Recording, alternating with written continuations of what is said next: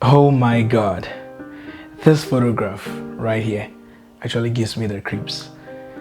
It reminds me every day about that fateful instance, that fateful occurrence that actually happened to me when I went over with my church. I belong to a drama group in my church back in school, and we had this day out that we embarked on. So it was some sort of like a days out where we go chill, enjoy some drinks, some food with friends, normally what youngsters would do. So I went over with them, and the story in fact, I took this image away so that I wouldn't have to look at it and remind myself of something that was so unfortunate. But let me take it back. I was gifted my first camera by my dad, and at that particular day I remember I went over to the store with him, and because I had researched into what I wanted, I had a fair idea about the kind of camera I wanted. So with just some few checks in here and there, I settled on the D5100. That's Nikon.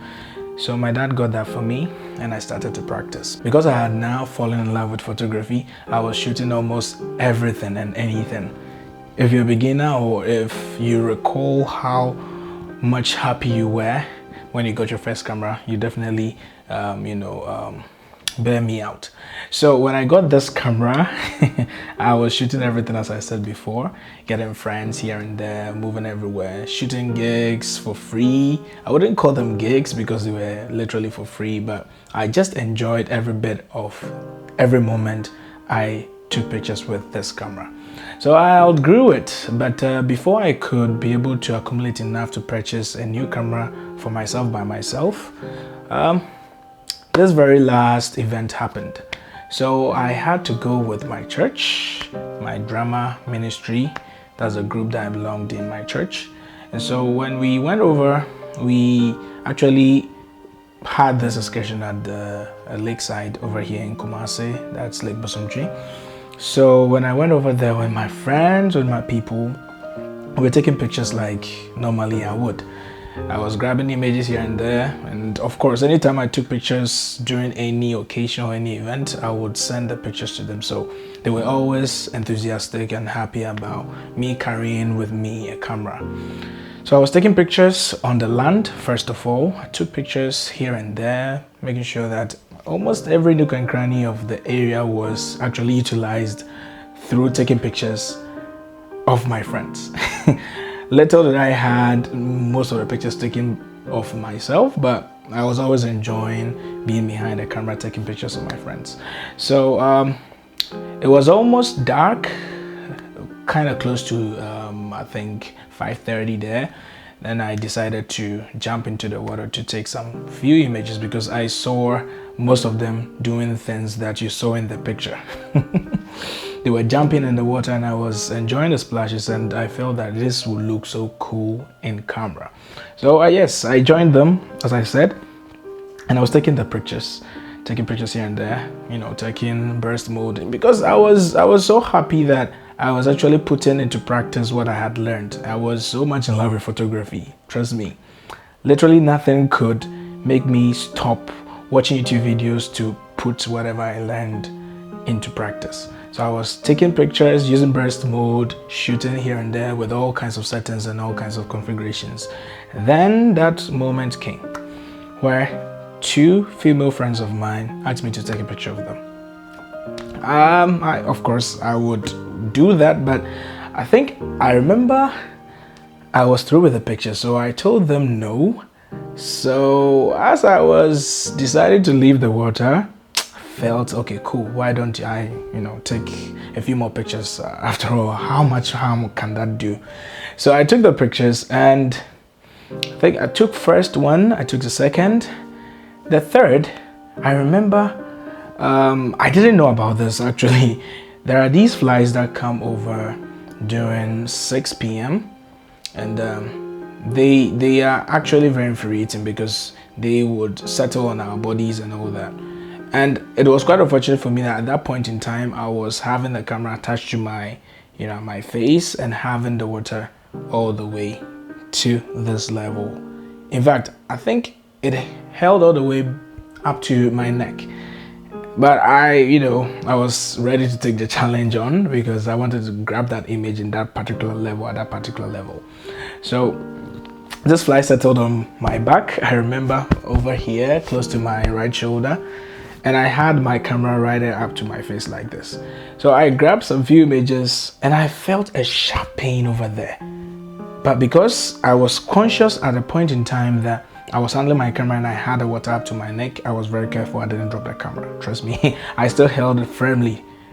I mean, regardless of how much pain I felt over there. So the pain faded away a little bit, and in just a few seconds, it just shot up again.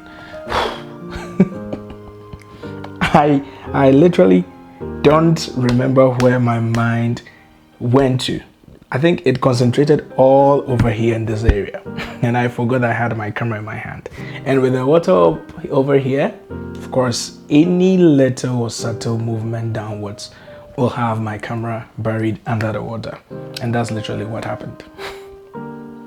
Yeah, I buried my camera under the water, and for some few moments I wasn't conscious about that at all until a friend called out that, "Kobe, your camera is under the water." Then I realized, oh my God, I had drenched my camera was soaked. I put it out and checked the screen. There were these colored lines all across, and that's where I felt a sharp pain in my head, in my heart. Not literally, but I mean, I felt so hollow that my camera is messed up. Because at that point, seeing those lines there, I knew literally that I had messed it up, because I have no idea how much time or how many minutes the camera had stayed under the water. I'm saying minutes because I mean, I was trying to soothe the pain for quite some time, and I was talking and all that, but I really think that the camera stayed buried under the water for a long time. So we hopped on the bus. People were consoling me here and there, but I was kind of surprised that I wasn't feeling so much, disturbed, even though I was. I think because I had outgrown this camera. I felt I had outgrown the camera, and so I needed to buy a new one. And so it felt like everything was fine. I should just hope for the best. Probably I could just bury it under rice, and hopefully the camera would just come back. But I tried that out, and just wouldn't budge. The camera was messed up. People were giving me solutions here and there that I could try this and that, but it still didn't work. So yeah, I had to settle and live with the fact that I had messed up my camera, and now I had to resort to friends to, get the assistance, get their aid by getting them to give me their cameras to, use and try and accumulate enough. In fact, I think I had already saved a little bit. I was looking forward to purchasing a Canon EOS 6D, which I actually use up till date.